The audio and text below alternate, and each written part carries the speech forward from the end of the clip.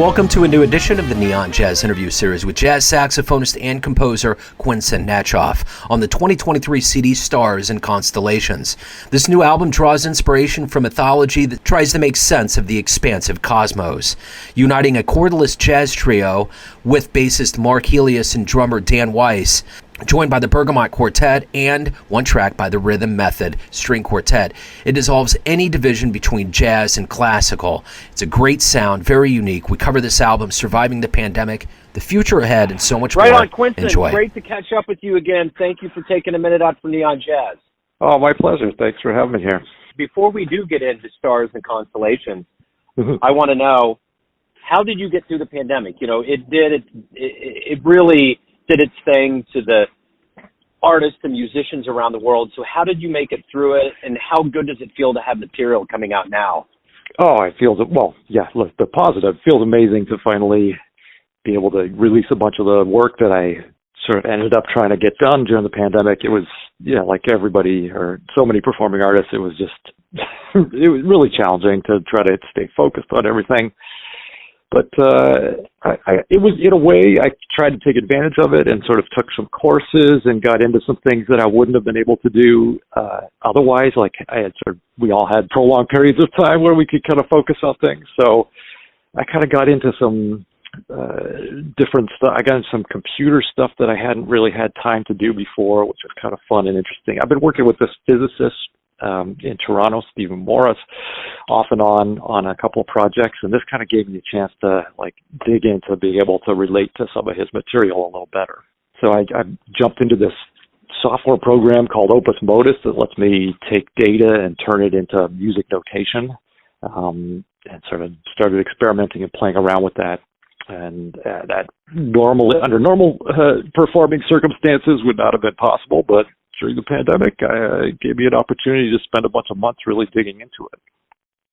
And that kind of helped lead to the new record in a way, because I could deal with some of he helped me do a 3D model of one of the constellations, and I used that to manipulate it and come up with some of the material for the third piece on the album.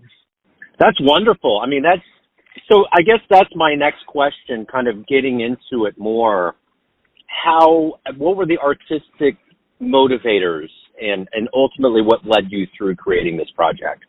A few different things. I mean, the initial one was one of my first records was with string quartet and jazz trio on song lines. I think it was 2004 or something, with Jim Black and Mark Helias and a string quartet led by my friend Natalie Bonin, who I wrote a violin concerto for on the previous record.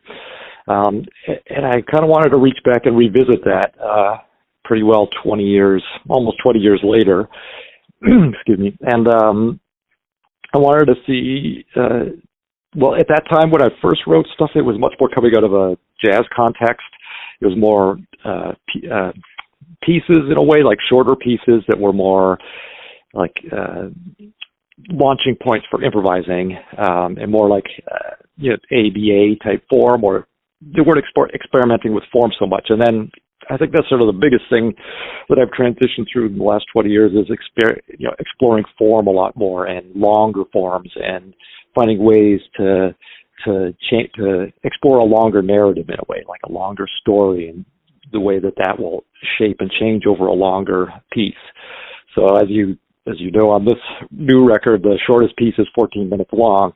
Not exactly great for radio play, but it lets me explore things differently than if I was just writing a 6 or 7 minute piece. And then I was thinking a little bit more conceptually about each piece. So two of them are inspired by constellations, and sort of the mythopoetic, which I didn't know was a word, I learned as a word, mythopoetic ideas of astrology.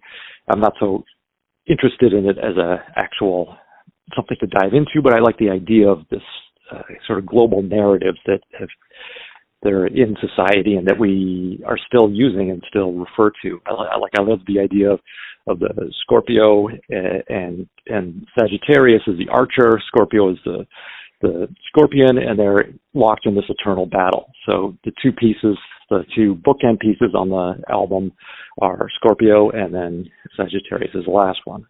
Sort of wanted to explore the idea of these two bookend pieces. And then in the middle is a piece called Pendulum, and that uses just the basic physics of a pendulum, but then mapped onto the whole 14-minute piece. So we have this slow form of the swinging pendulum that gets faster and faster in different musical manifestations. So we'll have like the rhythms very slowly over the 14 minutes get closer together and faster, and then the harmony changes as well. It goes from really wide sweeping changes in dark to bright harmony, and then it sort of settles on something in the middle by the end. So these kind of larger formal things are something that I've become a lot more interested in. So what are you hoping ultimately the audience, the listener, gets from this? I think I'm looking at it like a novel in a way. So there are hopefully a lot of different layers. There are different levels. So you can appreciate it just as a story, like from beginning to end. It should have a feeling of you're starting on a journey, and you get to follow the narrative along the story and what happens to the characters as they go from the beginning to the end. That if you want to dig into it a little bit more, there are all these other layers to it as well, and you can look for those and try to find connections. Some of the sciencey kind of stuff I'm talking about a little bit, or that kind of thing. The idea is that it can be read like a story on its own, or listened to as a story on its own, or you can start digging into it more if that's something that is of interest to you. So I guess that's the other part of this, is that, the jazz community really took a hit. I mean, there was a lot of people leaving big cities, and there was a lot of, things that were going on during the pandemic. Are you noticing that things are stronger now, that things have kind of rebounded? Yes, I'd say in the last year and a half. It took a while. I mean, and I still don't think it's quite back to what it was before, but it's certainly a lot more is happening now. I'm doing a lot more work, sideman stuff, see people out there pushing their projects, making things happen.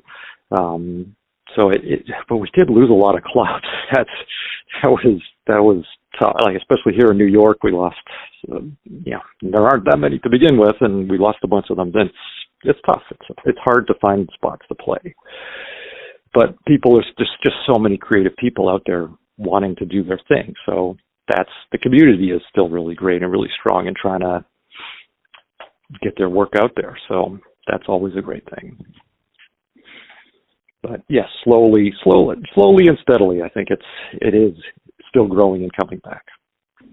So Quinsin, if anybody wants to pick up the new album, learn about any live shows, anything that might be coming up in your world, where's the best place for them to go to do that? Probably my website would have all that info.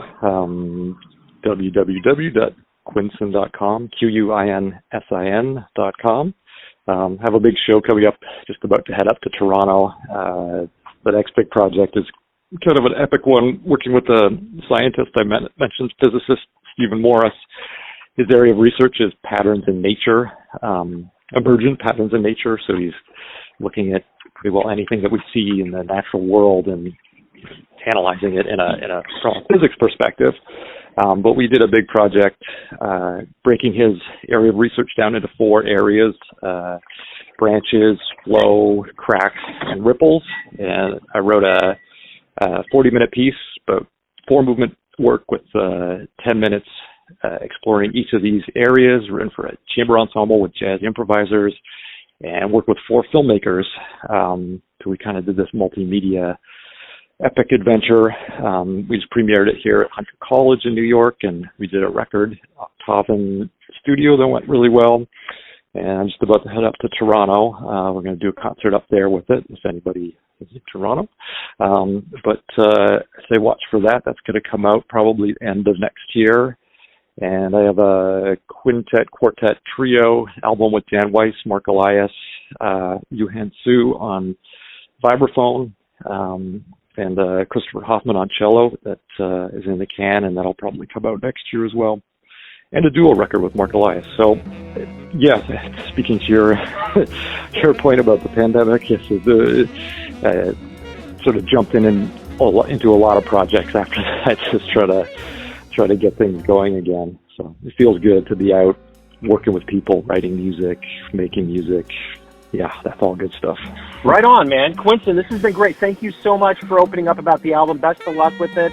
I appreciate it, and I'm sure we'll catch up again down the line. Well, awesome. Thank you, man. Thanks for having me. Thanks for listening and tuning in to another Neon Jazz interview, where we give you a bit of insight into the finest players and minds in New York City, Kansas City, and spots all over the globe, giving fans all that jazz. Thanks to Quinsin for coming back to Neon Jazz and for another tasty story about an album. If you want to hear more Neon Jazz interviews, you can find us on Spotify and Apple Podcasts. Subscribe to us at YouTube, and for everything Neon Jazz, go to theneonjazz.blogspot.com. Until next time, enjoy the jazz, my friends.